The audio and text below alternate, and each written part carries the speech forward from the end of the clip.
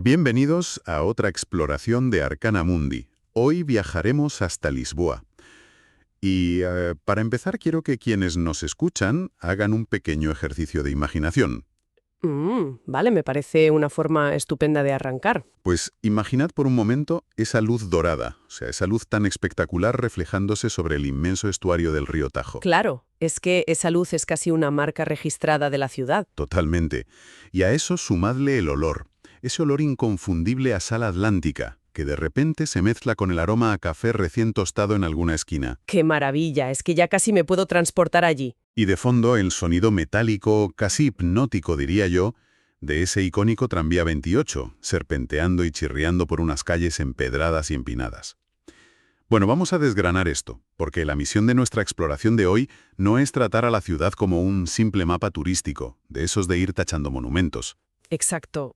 O sea, no se trata de hacer un inventario de lugares. Para nada.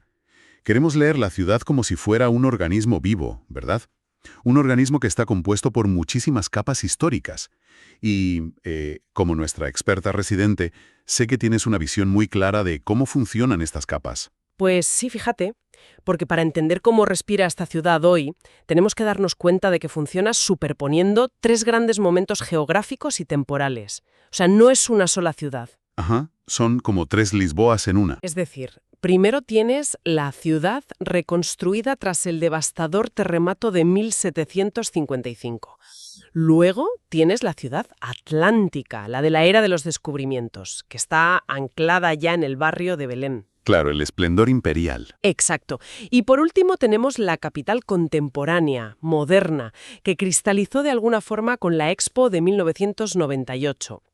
Y a ver, un detalle clave antes de adentrarnos. La posición misma de la ciudad. Esa frontera eterna, ¿no? Sí, ese debate constante entre el estuario y el océano abierto. Eso es lo que explica no solo esa luz radiante que mencionabas o su clima suave, sino también la profundísima influencia que tiene el frente fluvial en el ritmo de vida cotidiano de la gente. Pues para empezar a entender ese alma de la ciudad, yo propongo que comencemos por su núcleo más antiguo. A ver, sugiero que iniciemos un ascenso imaginario hacia el Castelo de Sant George. Uy, buena subida nos espera. Sí, pero podemos coger el autobús 737 o, claro, el clásico tranvía 28E. Y ahí entramos de lleno en ese laberinto medieval que es Alfama, con esas laderas empinadísimas. Y que culminan unas vistas espectaculares, ¿eh? Madre mía, las vistas desde el Miradoiro de Santa Lucía son increíbles. Cuando miro el mapa urbano, veo una analogía muy visual. A mí Alfama y el barrio vecino de Mouraria me parecen, digamos, el disco duro original de Lisboa. Ostras, me gusta esa metáfora. El disco duro. Claro, es el lugar donde la memoria fundacional sigue intacta, pero al mismo tiempo está fragmentada en miles de callejones retorcidos. Y aquí te lanzo una pregunta. Leyendo sobre la zona, siempre sale el fado. ¿Cómo actúa el fado como una especie de, siguiendo con la metáfora, sistema operativo emocional de estos barrios, en lugar de ser solo un género musical para turistas? Lo fascinante aquí es que Mouraria es verdaderamente la matriz de esta música. No es un invento reciente. O sea, aquí tenemos que recordar a la mítica figura de María Sévera, allá por el siglo XIX. La famosa cantora, ¿verdad? Esa misma. Cantaba en las tabernas de la Rúa do Capelán y representaba la voz cruda, la voz de la calle, procesando la dureza de la vida. Pero ojo que esto conecta directamente con el presente. Ya, no es solo un recuerdo en un museo. Que va. Tienes artistas contemporáneas gigantescas como Marisa, que se crió precisamente en las calles de Mouraria. Eso te demuestra que el fado es una cultura viva, algo que respira hoy. Y respaldado históricamente a nivel internacional por leyendas absolutas como Amalia Rodríguez. Totalmente. Pero, volviendo a ese disco duro de la memoria de la ciudad, hay un matiz histórico interesantísimo que mucha gente pasa por alto. Es la profunda memoria cívica que está grabada en la propia iconografía oficial de Lisboa. Ah, ¿te refieres al escudo de la ciudad, el del barco? Exacto. Una barca y dos cuervos. Es pura herencia de la leyenda de San Vicente, el patrón de la ciudad. Y es increíble cómo ese símbolo sigue súper presente en el imaginario local, en las farolas, en los mosaicos del suelo. Es verdad, si te fijas un poco, los cuervos están por todas partes. Pero bueno, vamos a dejar atrás un momento esas calles tan estrechas de Alfama y Mouraria, porque la narrativa de la ciudad fluye de forma muy natural hacia una zona muchísimo más abierta. Sí, hacia la vasta apertura del río Tajo. Eso es. Nos vamos directos al barrio de Belén, que fue el epicentro absoluto de esa expansión marítima en los siglos XV y XVI. Y oye, cuando llegas allí, la escala monumental te deja sin palabras. Es que está diseñado para sobrecoger. Totalmente. Tienes el enorme Padrón dos Descubrimientos y, por supuesto, el Mosteiro dos Jerónimos, que, por cierto, alberga las tumbas de titanes históricos como el poeta Luis de Camões y el mismísimo explorador Vasco da Gama. Palabras mayores. Ya te digo. Pero aquí es donde la cosa se pone realmente interesante, porque resulta que el monumento más famoso, la Torre de Belén, Ajá, la joya de la corona. pues no siempre estuvo ahí en la orillita donde la gente se hace hoy los selfies tranquilamente. Originalmente era como una especie de peaje marítimo, ¿no? Construido directamente en el agua, a unos 250 metros de la costa. Claro, los barcos tenían que pasar por ahí a punta de cañón. O sea, valido totalmente esa observación tuya porque es clave. Los sedimentos del río y los cataclismos movieron la costa hacia la torre. Y fíjate cómo toda esta monumentalidad increíble conecta de repente con algo tan humilde como la vida cotidiana y la comida. Uy, mi tema favorito, la gastronomía. Es que el origen de los famosísimos pastéis de Belén es curiosísimo. Tienes ese enorme monasterio de los Jerónimos, ¿verdad? Sí, lleno de monjes. Pues resulta que esos monjes usaban cantidades industriales de claras de huevo, principalmente para dos cosas de su día a día: para almidonar los hábitos y la ropa de altar, ¡Qué barbaridad! ¿Y la otra cosa? ¿Cuál era? pues para clarificar el vino que producían. Así que claro, se quedaban sistemáticamente con un excedente brutal de yemas de huevo. Yemas que se echan a perder si no haces algo rápido. Exacto. Así que, para darles salida, crearon esta receta pastelera histórica que terminó siendo un medio de subsistencia para el barrio cuando se cerraron las órdenes religiosas. Y, a ver, como consejo práctico para quienes nos escuchan y planeen un viaje. Este rito gastronómico hay que disfrutarlo por la mañana. Un cafecito, el pastel recién hecho. Eso es. Combinas ese patrimonio histórico impresionante con el inconfundible aroma a canela y azúcar tostado y esa brisita atlántica. Planazo. Aunque hay que tener cuidado con los horarios, ¿no? Sí, ojo con eso. Hay que ser pragmáticos. Antes de ir hasta allí, siempre hay que comprobar el estado operativo de la torre y de los Jerónimos, porque a veces sufren cierres temporales por mantenimiento o huelgas. Totalmente anotado. Pero bien, cambiando un poco de tercio, vamos a crear una transición un poco más dramática.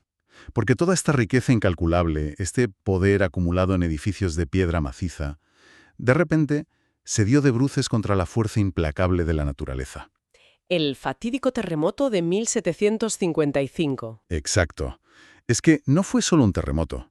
Fue un sismo brutal, seguido de un tsunami devastador que engulló la parte baja, y rematado por un incendio que ardió durante días. La destrucción fue apocalíptica. Rompió la ciudad y rompió la mentalidad de Europa entera, la verdad.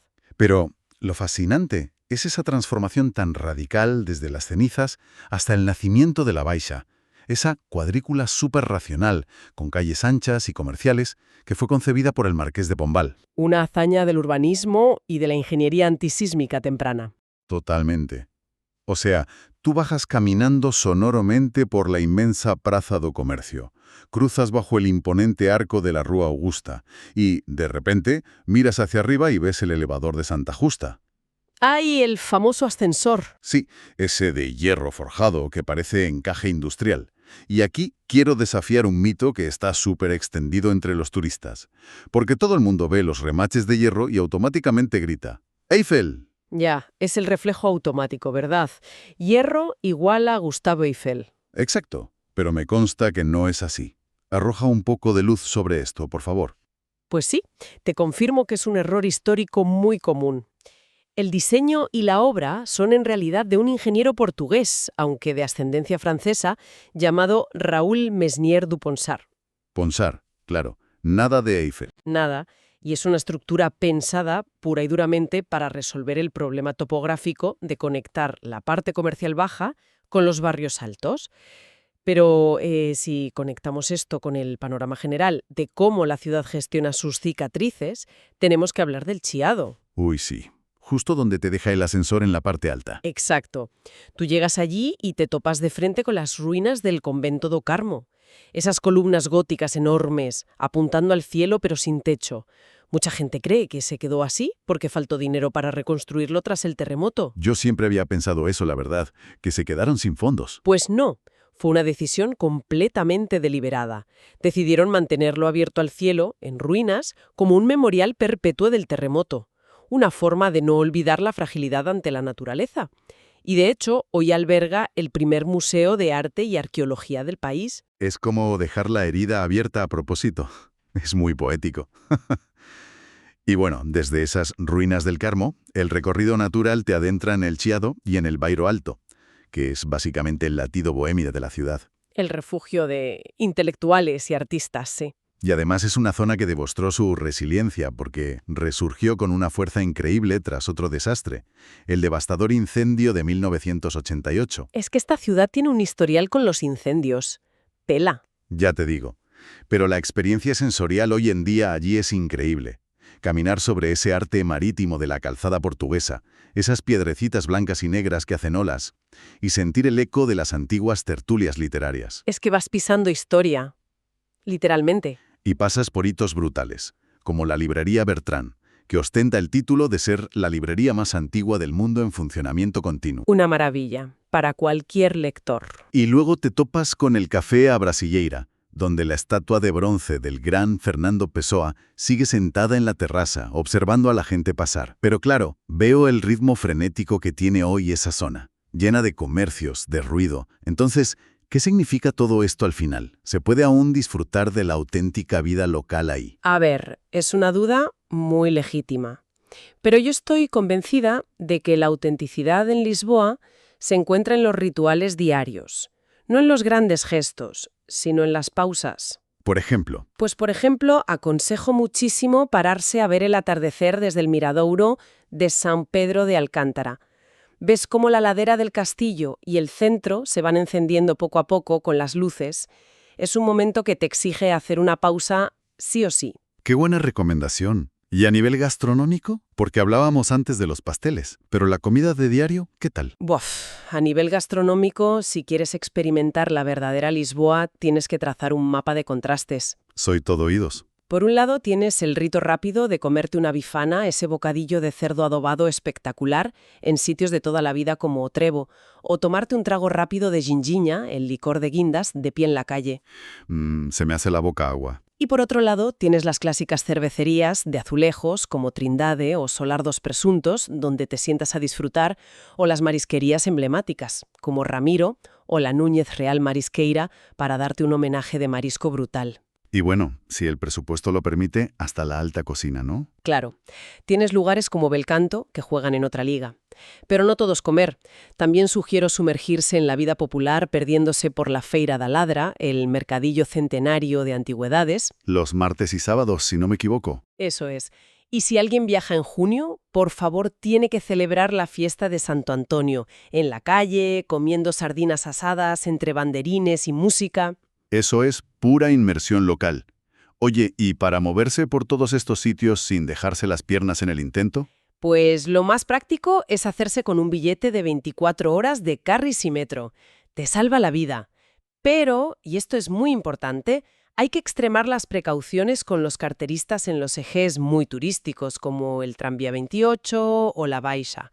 Hay que ser realistas. Sí, sentido común ante todo, como en cualquier gran capital europea. Ahora, para completar la visión de la ciudad, yo propongo que nos alejemos un poco de estas empinadas colinas y de los adoquines medievales. ¿Hacia dónde nos vamos? Vamos a viajar hacia los extremos más contemporáneos de la urbe, empezando por la zona oeste, en Alcántara. Allí encontramos la LX Factory. Oh, me encanta esa zona. Es que el contraste es brutal pero muy armónico. Es un antiguo complejo industrial de fábricas e imprentas que ha sido reconvertido en un distrito creativo súper vibrante, lleno de arte urbano, talleres, mercados, restaurantes. Es un reciclaje urbano de libro. Y luego si nos vamos al extremo opuesto, hacia el este, llegamos a la expansiva modernidad del Parque das Nações, toda la zona que se construyó para la Expo del 98. Es otro mundo. Completamente distinto. Totalmente. Tienes la impresionante estación de Oriente diseñada por Calatrava, el Oceanario, que es uno de los mejores de Europa, el teleférico Telecabina. Yo veo esta zona plana y abierta junto al río como una válvula de escape arquitectónica que la ciudad necesitaba desesperadamente. Totalmente de acuerdo. Es ideal para ir con familias, para dar un respiro a los pulmones y a las piernas cansadas de escalar el centro histórico. Claro. Y esto plantea una pregunta importante sobre cómo vemos a estas ciudades históricas. Porque lugares como esta zona de la Expo, o si volvemos un momento al centro, la Casa dos Vicos, que es esa fachada de piedras en forma de diamante, que ahora es sede de la Fundación de José Saramago. Ajá, el premio Nobel. Exacto. O incluso el hecho de que de esta ciudad surja una figura política contemporánea de primer nivel global como Antonio Guterres. Todo esto demuestra que Lisboa no es, en absoluto, un museo fosilizado de glorias pasadas. No es un parque temático, vaya. Para nada. Es una capital cívica, intelectual y europea que está constantemente reciclando su patrimonio, ya sea industrial en la Elex Factory o histórico en la Casa dos Vicos. Lo recicla para proyectarse hacia el futuro. Qué reflexión tan interesante. Y un detalle práctico, ya que hablábamos de la topografía, esta dualidad entre la topografía dura de colinas y la planicie moderna es fundamental a la hora de organizar un viaje. Si vas 3 o 4 días, tienes que equilibrarlo. Y sobre todo si viaja alguien en silla de ruedas o con movilidad reducida. Claro, el centro histórico debe ser un desafío inmenso. Es complicadísimo. Las cuestas, los adoquines. Pero en cambio la accesibilidad es excelente en todos estos equipamientos modernos a orillas del Tajo, en el Parque das Nações. Hay que tenerlo en cuenta. Muy buen apunte. Bueno, nos acercamos al final de nuestro tiempo hoy, así que voy a intentar resumir un poco este viaje inmersivo que hemos hecho. A ver qué tal se da. Pues hemos navegado desde la cegadora luz atlántica hasta la sombra más fresca y melancólica del callejón medieval. Hemos escuchado los ecos de los antiguos marineros, hemos paseado por esa cuadrícula perfecta de la reconstrucción ilustrada. Así es. Y hemos llegado, finalmente, a entender el dinamismo de esta metrópolis moderna, con todos sus riquísimos sabores marinos y conventuales. Antes de despedirnos, os animo a participar, sugiere un tema en comentarios y no olvidéis suscribiros para más actualizaciones sobre este y otros temas. Siempre nos encanta leeros. Y bueno, mientras dejamos que el sonido de una guitarra portuguesa y un tranvía lejano se desvanezcan en nuestra imaginación, queremos dejaros con un último pensamiento un poco provocador. Sí, una reflexión que lo ata todo. Exacto. Nos preguntamos si es la dramática geografía física de Lisboa, o sea, esas 7 colinas que te desafían a cada paso, esas cicatrices sísmicas dejadas a la vista y ese inmenso río Tajo que anhela ser un océano. Es esta orografía la que ha esculpido, de forma ineludible, la topografía psicológica de sus habitantes. Ostras, es que forja un carácter único. Un carácter fascinante, donde la profunda melancolía del fado y la audacia infinita de los exploradores coexisten para siempre en la misma calle. Y con esa imagen nos despedimos. Hasta la próxima exploración. Hasta pronto.